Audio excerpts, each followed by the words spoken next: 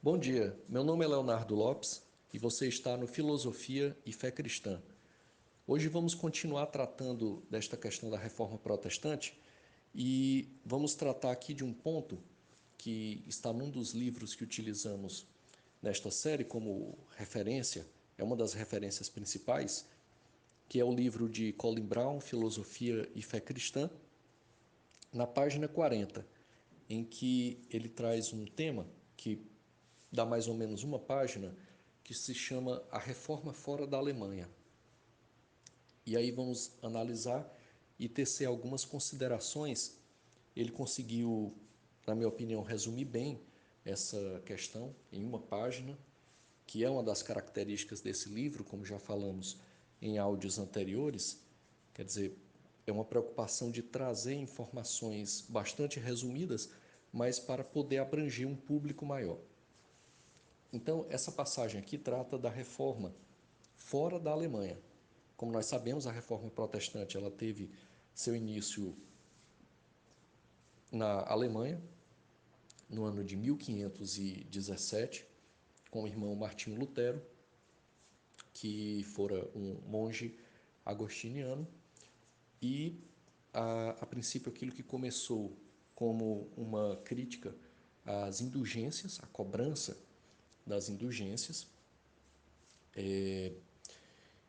posteriormente veio a avançar em torno de criticidade, propriamente a infalibilidade papal, por exemplo, e a própria forma como a Igreja Católica Romana estava administrando a vida eclesiástica do corpo de Cristo, a Igreja. E aí, nesse sentido, Lutero escreve as suas 95 teses, as fixa no, na Catedral de Wittenberg, e isso no ano de 1517. Mas a reforma ela tem propriamente um período pré-reforma. Quer dizer, se nós avaliarmos 100 anos antes, e depois vamos trazer isso aqui, se avaliarmos 100 anos antes, veremos que essa crítica, a crítica à indulgência, a crítica à infalibilidade papal, a crítica à forma como a igreja estava, no caso a Igreja Católica Romana, estava conduzindo a vida eclesiástica, administrando a fé dos fiéis. Muito bem, se nós avaliarmos, várias pessoas já estavam propriamente tecendo críticas. Estávamos também num período, e nós tratamos isso em áudios anteriores, estávamos também na emergência, começo do renascimento do assim chamado humanismo, que viria a culminar no antropocentrismo, de uma forma geral, que é uma das bases do posterior iluminismo e idade moderna de uma forma geral, como entendemos. E nesse sentido, já vários pensadores começavam a criticar as bases e o domínio da Igreja Católica Romana. Por exemplo, o italiano Maquiavel, no sentido da separação, na sua obra O Príncipe, da questão da ética e da política, um ceticismo que vinha avançando em torno principalmente, mas não somente, mas em torno principalmente da Europa continental e que influenciou inclusive a própria reforma, uma reformulação dos cânones científicos que começavam a passar do âmbito especulativo para o âmbito propriamente experimental. Nós temos aí, por exemplo, Francis Bacon e o seu novo órgão. Quer dizer, qual seria o antigo órgão, qual seria, ou seja, o antigo sistema de cânones que orientavam a dimensão do pensamento, seria o de Aristóteles, o órgão de Aristóteles. Agora nós temos Francis Bacon com o novo órgão nas próprias artes, por exemplo, se nós pegarmos a pintura, a mudança daquela dimensão de uma arte planificada, que seria uma visão do alto para baixo, representando a visão de Deus sobre a obra criada. A partir de agora nós temos a obra de arte enquanto eivada de perspectivismo, né? Perspectiva aquela dimensão em que você olha para uma imagem e você vê o que está na frente de uma forma maior e o que está atrás de uma forma menor. Por exemplo, eu posso, só para exemplificar, eu posso ter uma pintura em que está pintado uma pessoa. E aí, como se estivesse bem próximo ao olhar do espectador, que é uma pessoa. E aí você pinta a pessoa com um tamanho maior. E mais ao fundo você pinta uma árvore muito pequena. Quer dizer, claro que uma árvore é maior do que um homem, mas como está em visão de perspectiva, a árvore fica lá no fundo.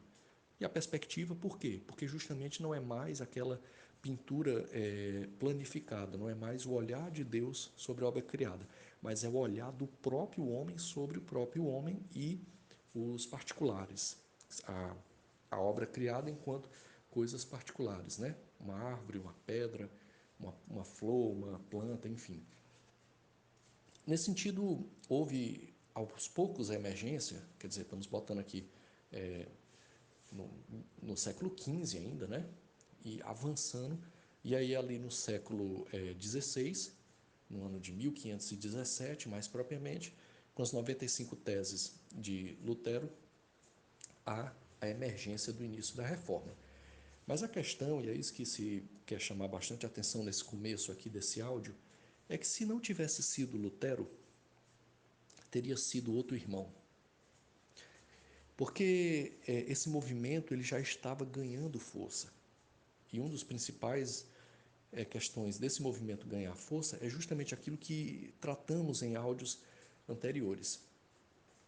A Igreja Católica Romana, de uma forma geral, ela se afastou da teologia revelada, ela se afastou da teologia bíblica, a Bíblia enquanto o cânone máximo para direcionar e normatizar a compreensão da realidade e se misturou a um sem número de filosofias pagãs de forma a formar uma mescla muitas vezes estranha e que acabava deturpando a própria revelação. E aí, nos últimos áudios, a gente debateu bastante, por exemplo, em torno da figura de Tomás de Aquino, trouxemos a crítica de Francis Schaeffer, não vem mais ao caso aqui tratar, foi bastante tratada nos áudios anteriores, quem quiser acompanhar está lá. Mas justamente isso, quer dizer, Tomás de Aquino é um gigante dentro da filosofia. Ainda hoje, a Igreja Católica Romana o tem como uma das bases intelectuais fundamentais. Mas Aquino, ao misturar numa mescla que muitas vezes aparece como estranha, a teologia revelada com uma teologia natural, dimensionada fortemente, quase que totalmente, na figura de Aristóteles, ele acaba criando distorções para com a palavra de Deus, cuja principal, e muitos comentadores de Agostinho, muitos professores de filosofia vão ter esse consenso, em que Agostinho muda a dimensão da graça, mostrando que ao homem também cabe uma pequena participação em torno de na sua salvação. Quer dizer, o homem também seria um pouco responsável pela sua salvação. Mas para não nos alongarmos muito, é dizer isso. A reforma também aconteceu em outros cantos, e aqui eu estou seguindo mais ou menos o roteiro que nos dá o Colin Brown no Filosofia e Fé Cristã, o livro dele, que ele vai mostrar. Ó, vou ler aqui o Colin Brown diretamente. Na Suíça, a reforma foi liderada por Zwinglio, que nasceu no ano de 1484 e faleceu em 1531, em Zurique. E por Calvino, que nasceu no ano de 1509 e faleceu em 1564, em Genebra. Os dois tinham sido influenciados no passado pelo humanismo do Renascimento, mas ambos acabaram se convencendo de que o humanismo por si só não bastava. O Francis Schaeffer tem também uma crítica em torno disso aqui, e ele trata, inclusive, na obra dele, Como Viveremos, da figura de Leonardo da Vinci.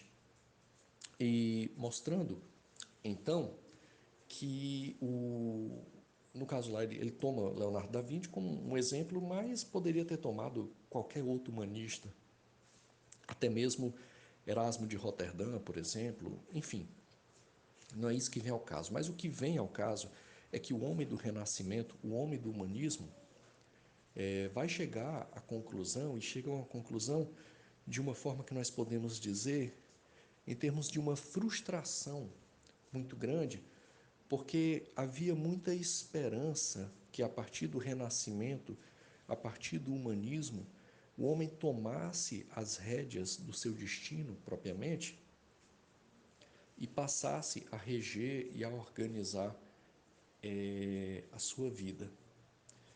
E essa foi a esperança de muitos desses pensadores. Nós alocamos essa esperança em algo que talvez, e aqui eu friso bem o talvez, porque é uma interpretação só, esteja contido no próprio Tomás de Aquino, no sentido em que ele dividiu a, o pensamento em duas instâncias, em dois andares. O primeiro andar era a razão, o segundo andar era a fé. Ou o primeiro andar era a teologia natural, entendida por um homem aristotélico. Lembremos do o que era o homem para Aristóteles: o homem é um animal racional, ou é um zoon politikon, né? É um animal político que, em sendo político, entra em contato com outras pessoas e que, nesse contato, ele utiliza a linguagem, ele utiliza a razão para propriamente dimensionar, no caso de Aristóteles, a polis, depois a civitas romana, quer dizer, a cidade romana, na Idade Média, enfim. Não é propriamente essa a questão, mas o Tomás de Aquino ele divide em a instância primeira a razão e depois a fé, e aí por fazer essa divisão, ele acaba propriamente fazendo com que muitas pessoas dissessem: já que o Tomás de Aquino está dizendo que a razão pode ir até tal canto de forma independente da fé, então eu não quero mais a fé. O Tomás de Aquino está me respaldando que eu posso utilizar só a minha razão. E aí muitos pensadores passaram a utilizar-se somente, supostamente, da razão em detrimento da fé, e aqui começa a ter a divisão radical entre filosofia e teologia, a divisão radical entre fé e razão, e aí muitos começam a se tornar propriamente humanistas antropocêntricos, renascentistas no sentido de utilizarem e de cultivarem uma nova deidade, digamos assim. E aqui não se incorre em erro em tratar disso, quer dizer, a razão passa a ser uma espécie de nova deidade, a qual os homens passam, o homem do Renascimento, o homem humanista, passa a se prostrar e adorar neste culto antropocêntrico, o culto ao próprio homem. E tudo isso tem que ser muito bem entendido, porque nos afeta, hoje, nos afeta inclusive a fé. E tudo deve ser bem compreendido. E é nesse sentido, então, que o homem não se bastava a si mesmo, e o próprio Calvino, Zwinglio, eles percebem isso e voltam-se para a Escritura. Quer dizer, o princípio da reforma fundamental, sola Scriptura, somente a Escritura. Quer dizer, é somente na Escritura que eu tenho a verdade. Quando eu vou tratar da fé, eu tenho que me voltar somente para a Escritura. É lá na Escritura que está Deus, são nas Escrituras em que se mostra como Deus agiu na história. É somente nas Escrituras, a partir dos Evangelhos, que nós entendemos o plano de redenção para o homem, o plano de resgate para esse homem que estava perdido. Como Deus providencia esse resgate a partir do sacrifício de Jesus Cristo na cruz. É na cruz que nós vemos ali claramente, tratamos disso em outros áudios também, a justiça e o amor de Deus em Cristo Jesus para resgate desse homem que estava morto nos seus delitos e pecados. E indo um pouco mais adiante, ele vai fazer uma diferença aqui, o Colin Brown, mostrando que os Lutero e os Zwinglio, eles eram homens mais práticos. Aliás, eles eram homens de estudo, mas um pouco mais práticos. Calvino também, um homem de estudos, também se tornou prático, mas ainda mais sistematizador.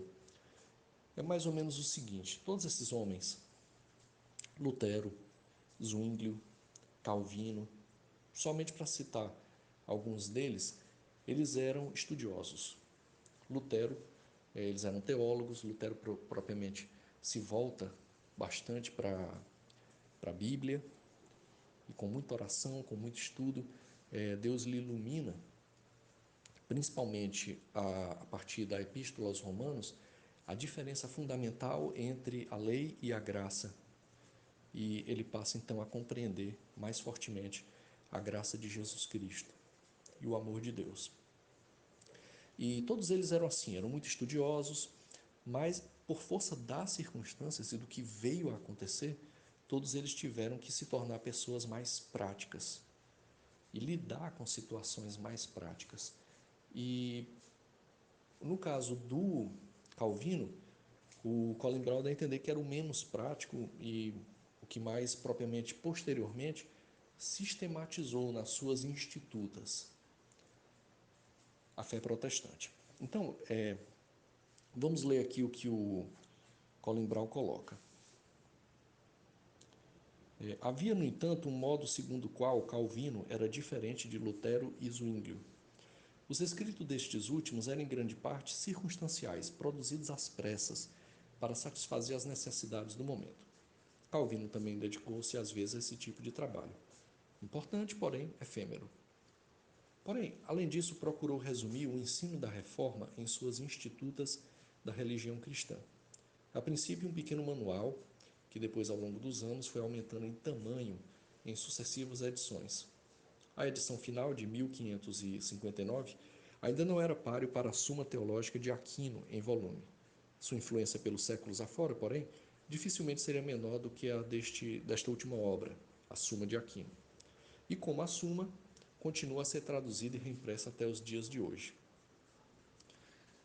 Ok, basicamente isso. Eu discordo, porém, aqui quando ele chama, acho que essa palavra não foi muito bem utilizada, em mostrar que essas preocupações de satisfazer necessidades do momento de Lutero e Zwinglio eram efêmeras, não me parece. Me parecem ser diferentes e que cada um deles teve uma forma de ação. O Calvino foi mais sistematizador a partir das suas institutas, né, institutas da religião cristã. Ele conseguiu sistematizar mais, mas isso não retira também aqui a importância da dimensão mais prática que teve tanto Lutero quanto Zwinglio. Bom, a partir daqui, e aí eu vou passar a ler porque sintetiza de uma forma muito boa o Colin Brown, o que ocorreu, porque isso é na Europa continental, né? Agora vamos propriamente ver, por exemplo, na Inglaterra. E aí passemos a leitura aqui do Colin Brown. Enquanto na Europa continental a reforma foi a princípio doutrinária e posteriormente política, na Inglaterra a ordem foi inversa. O motivo foi o desejo de Henrique VIII de divorciar-se de Catarina de Aragão, que finalmente o levou a tirar a questão das mãos do Papa e tomá-la em suas próprias. No entanto, a causa da reforma religiosa foi a mesma que havia no continente. Enquanto Henrique VIII permaneceu no trono, a religião oficial da Inglaterra era praticamente um catolicismo sem o Papa.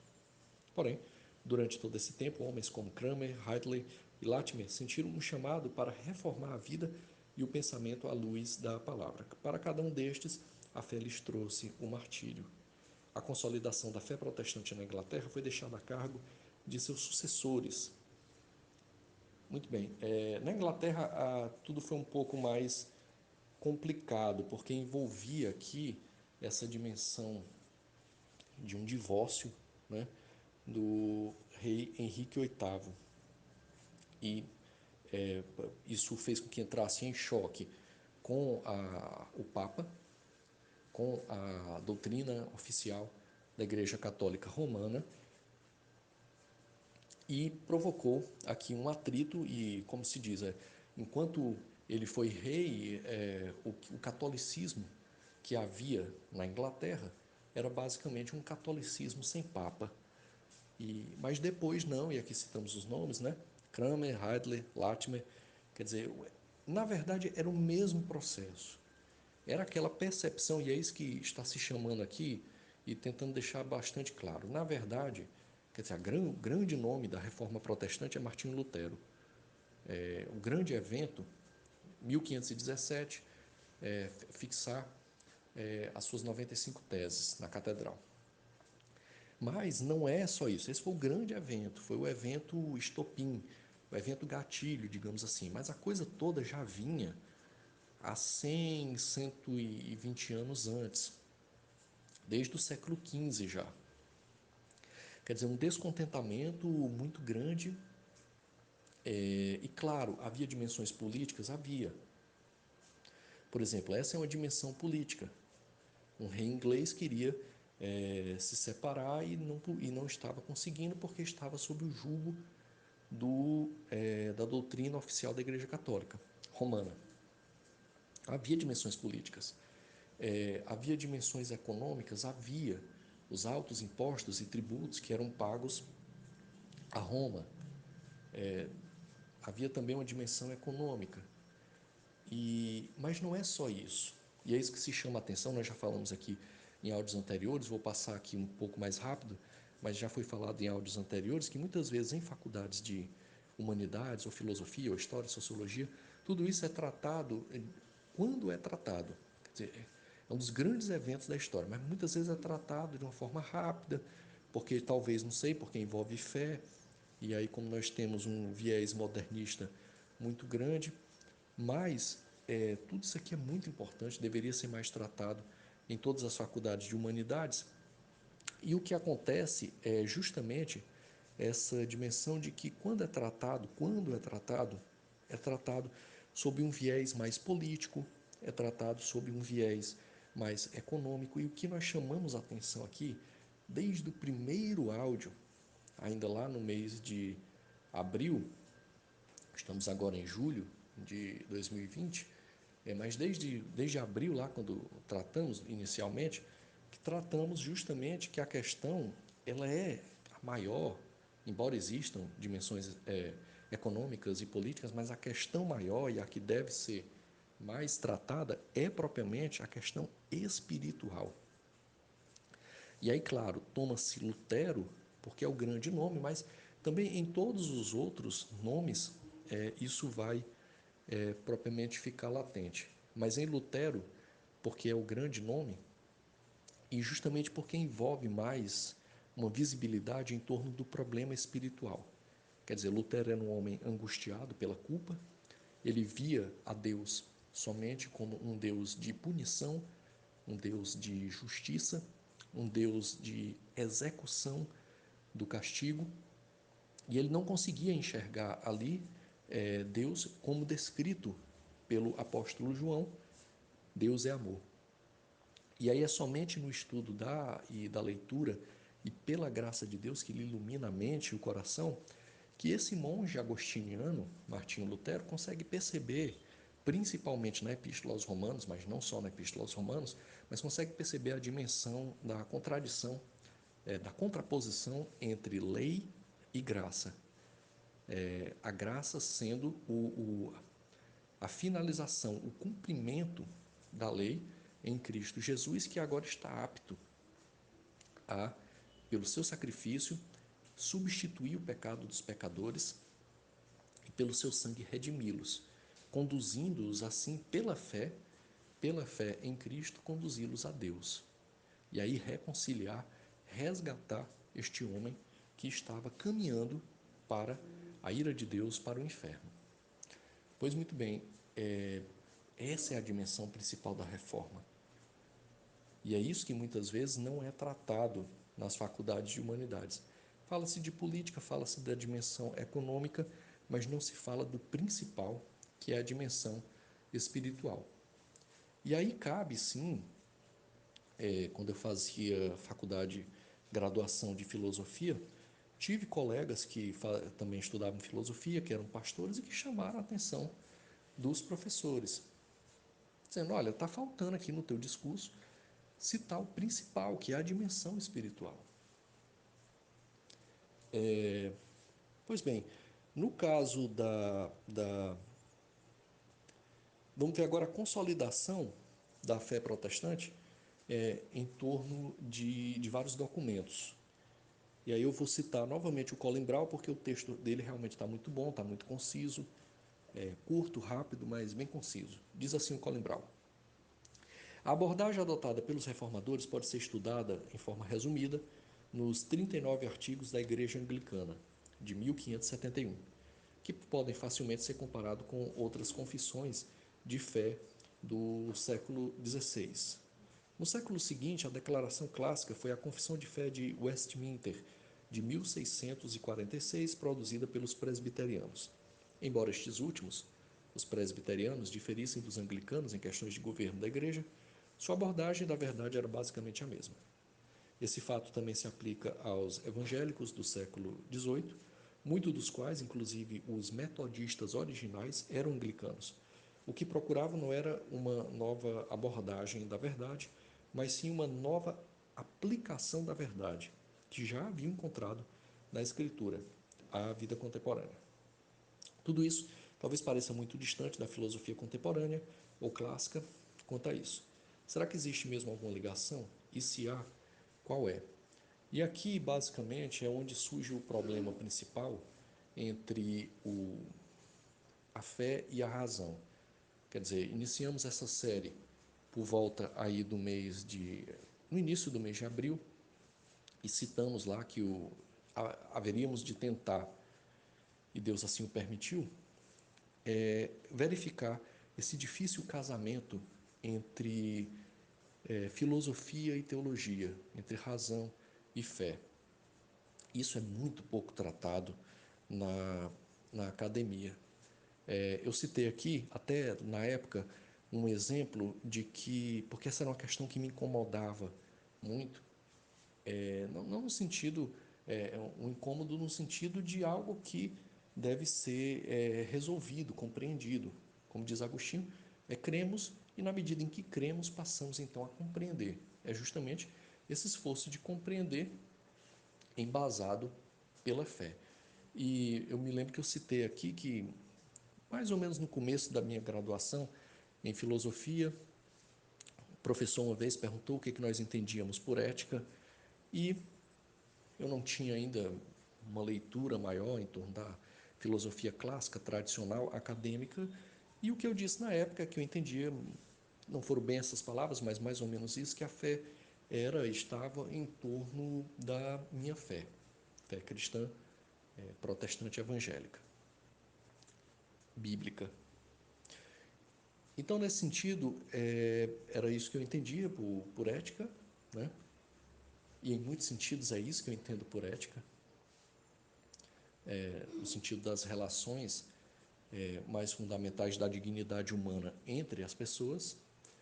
Mas então eu me lembro que na época eu citei algo que um objetivo meu, enquanto estudante de filosofia, era entender essa relação entre filosofia e fé cristã, entre razão e fé, entre teologia e filosofia, coligando um tanto aí quanto com a questão da ciência. E eu lembro que o professor olhou aquilo, ouviu e passou para o próximo aluno. Foi mais ou menos isso que aconteceu. E essa é uma característica muito grande dentro das universidades. Isso citando a área de humanas, porque é a área que eu tive contato, vivenciei e experienciei. Mas geralmente tende-se a mortificar sob pretexto de amplificar uma metodologia mais madura em torno da abordagem da realidade, mas geralmente se mortifica muito a, o ímpeto e a paixão que uma pessoa tem, às vezes, por uma questão. Isso é muito comum, mas é mais do que comum. Eu vou citar um exemplo também que eu vivenciei na graduação em filosofia. Tinha um colega e ele fez mais ou menos um ano de curso e depois abandonou. E uma vez conversando com ele, dizendo, mas abandonou o curso, tal, você era um bom estudante, etc e tal. E ele disse assim, olha, eu disse algo mais ou menos nesse sentido. eu gostava de ser um leitor filosófico. Quer dizer, ele gostava de pegar e ler ali os livros de filosofia, ou então ler romances que tinham algumas abordagens filosóficas. Por exemplo, quando a gente lê Machado de Assis, a gente encontra ali, às vezes, referência de ideias que eram coisas que Machado estava vivenciando ali, ideias que vinham da Europa, tal. Quer dizer, ele gostava disso. Mas aí quando ele entrou dentro de uma faculdade de filosofia, tendo que estudar, ler tais e tais livros, participar de grupo de estudo, isso mortificou nele aquela paixão e ímpeto que ele tinha. Quer dizer, tendo que fazer prova, tendo que tirar uma nota 7 no mínimo para poder não ir para a avaliação final. Quer dizer, tudo aquilo mortificou. Ele viu que não era aquilo, ele viu que ele gostava de filosofia, mas gostava de um outro jeito. Não gostava propriamente do jeito acadêmico de ser, né? Ele não era, por exemplo, a utilizar aqui uma expressão consagrada, um animal acadêmico, né? Ele não estava inserido naquele habitat, naquele ecossistema acadêmico, né? Onde você tem que obter títulos, fazer palestras, produzir artigos, tal. Ele não era aquela praia dele, né? Como dizem os mais jovens, não era aquela a vibe dele, né? E seria justamente isso. E essa é uma questão que deve ser bastante debatida no meu modo de entender, porque geralmente acontece, foi por isso que eu citei essa história, acontece o que aconteceu comigo. Se você chegar muitas vezes para um professor da área de humanas e tentar esmiuçar mais essa relação entre filosofia e teologia, entre razão e fé, ele vai simplesmente dizer assim: olha, isso aí é do campo da teologia, isso é do campo da fé, não é daqui, isso aí, como eu citei em outra ocorrência que aconteceu comigo na graduação em filosofia, teve uma aula que eu tive que falar um pouco sobre a Bíblia e comecei a falar e um aluno se inquietou e parou não propriamente me interrompeu, mas assim que eu terminei de falar, e ele disse: olha, eu vim aqui para estudar filosofia, não teologia ou fé, alguma coisa do tipo. Ele falou. Quer dizer, ele foi inquietado. Ou em uma outra circunstância, como eu também falei, eu comecei a falar de Deus enquanto pessoa, enquanto alguém diverso de mim. E aí uma pessoa parou também a aula e disse: olha, mas você está falando aí, só existe o homem. Ele disse, né? Então, quer dizer, são essas inquietudes e certas dimensões que se consolidaram em torno da Idade Moderna e que viraram dogmas. Sim, dogmas seculares de uma nova religião, que nós podemos chamar de uma religião secular, um dogma antropocêntrico. A razão elevada a um nível de deidade, uma deificação da razão, aonde passa-se, de uma forma diferente, obviamente, mas passa-se a prestar culto. E aí você cria também todo um corpo, entre aspas, sacerdotal em torno disso, em torno dessa nova deidade chamada razão, em detrimento propriamente da fé. E aí geralmente é isso que ocorre. A coisa não é tratada, mas é importante. Todo esse movimento que houve ao redor do século XV, ao redor do século XVI, os avivamentos posteriores, citamos aqui em áudios anteriores, figuras como John Wesley, George Whitefield, quer dizer, e que estão na base, hoje, propriamente, do mundo protestante, seja ele das igrejas históricas ou das igrejas evangélicas, principalmente pentecostais ou neopentecostais, ou das diversas denominações ditas carismáticas, tudo isso é um reflexo desse movimento, e você não coligar isso em termos de uma dimensão maior não me parece ser o caminho, me parece ser fugir do problema. E aí, onde o Colibral concluiu aqui, essa parte, já na página 41, que ele diz assim, ó, tudo isso talvez pareça muito distante da filosofia contemporânea ou clássica quanto a isso. Será que existe mesmo alguma ligação? E se há, qual é? Quer dizer, há um desprestígio àquela famosa frase de Lutero, não sei se aqui de cabeça eu vou lembrar dela totalmente, mas em que Lutero diz que a filosofia é como uma meretriz, ou seja, você pode levá-la, conduzi-la, direcioná-la para onde você quer que vá. E aí por isso ele diz que a fé cristã, a fé bíblica, a fé cristocêntrica deve se afastar do pensamento filosófico. Não é bem assim, essa frase precisa ser melhor entendida num contexto maior enquanto das outras obras de Lutero. O que Lutero estava dizendo é que, e ele era agostiniano, ele era um monge agostiniano, então ele tinha toda uma dimensão ali que envolvia os escritos propriamente platônicos, neoplatônicos, sobremodo os escritos agostinianos, os escritos de Anselmo, entre outros vários pensadores. Então, quer dizer, o que Lutero conhecia a filosofia. O que ele estava dizendo é que existem certas filosofias, existem certos tipos de filosofia que são perniciosos para a fé cristã, e tudo isso havia sido verificado aí ao longo do final do, digamos assim, do escolasticismo, quando a verdade revelada foi mesclada, foi misturada com várias filosofias pagãs, e como nós vimos, isso gera um problema muito grave, porque a característica da filosofia é ser sucedida por outras filosofias. Isso aconteceu ao longo de toda a história da filosofia. Cada autor era sucedido por outro. Platão veio, mas depois Aristóteles foi lá e suplantou Platão. Agostinho veio, mas em muitos sentidos Tomás de Aquino o suplantou. Tomás de Aquino veio, mas em muitos sentidos Descartes o suplantou. Descartes veio, mas em muitos sentidos Kant o suplantou e assim por diante. Então, quer dizer, essa é a característica. Filosofias vêm, mas elas morrem. Não totalmente, porque senão a gente não estudaria ainda Platão, mas elas sucumbem. E aí, quando você pega a fé cristã e coloca uma base propriamente filosófica, sendo a base, o alicerce, como um prédio que tem o seu alicerce, quando vem um terremoto, vamos usar essa figura aqui do terremoto, quando vem um terremoto, se essa base é uma filosofia, ela vai cair. Do mesmo jeito que Descartes foi suplantado, por exemplo, por Kant. Ela vai cair.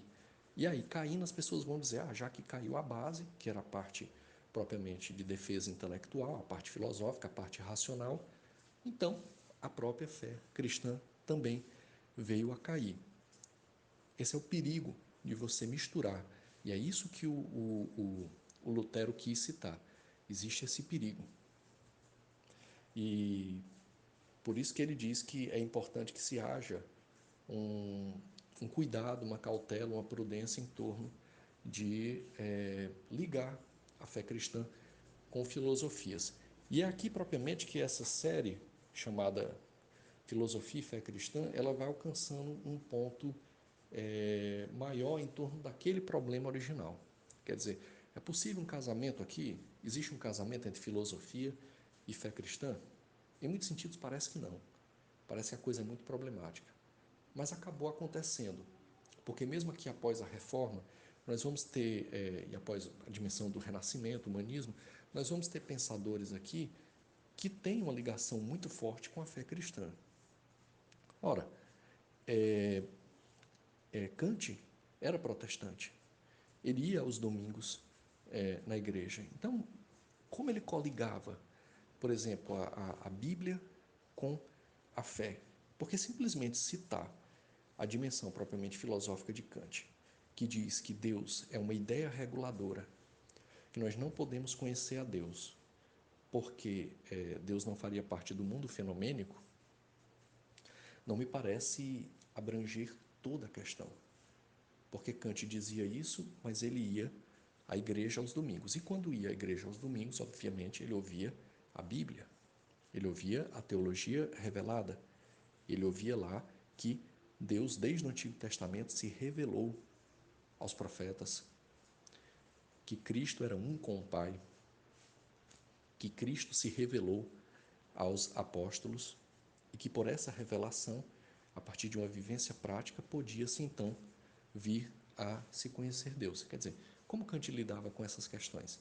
Quer dizer, são essas as questões que procuramos tratar aqui, e aí seguindo esse percurso histórico, começamos aí propriamente de Agostinho, Platão, e fomos seguindo aí ao longo da Idade Média, avançando em torno do Renascimento, do Humanismo, tratando agora aqui da Reforma, e aí propriamente analisando como isso influenciou o período da Idade Moderna. Nos próximos áudios, se Deus assim o permitir, vamos tratar propriamente dessa dimensão da filosofia e os reformadores e de como isso veio a influenciar nas questões do chamado racionalismo e em pensadores. Aí vamos tratar mais pormenorizadamente de pessoas como Descartes, Spinoza, Leibniz, Pascal e as questões relacionadas ao empirismo propriamente, entre outras questões. Se assim Deus o permitir, o faremos. É isso, por hoje ficamos por aqui. Ficamos por aqui hoje. Deus não está morto e muito menos na academia. E lugar da Bíblia é em todo lugar. E por que não também nas faculdades de humanas, principalmente nas de filosofia? Um fraterno abraço e que a paz de Cristo fique com todos.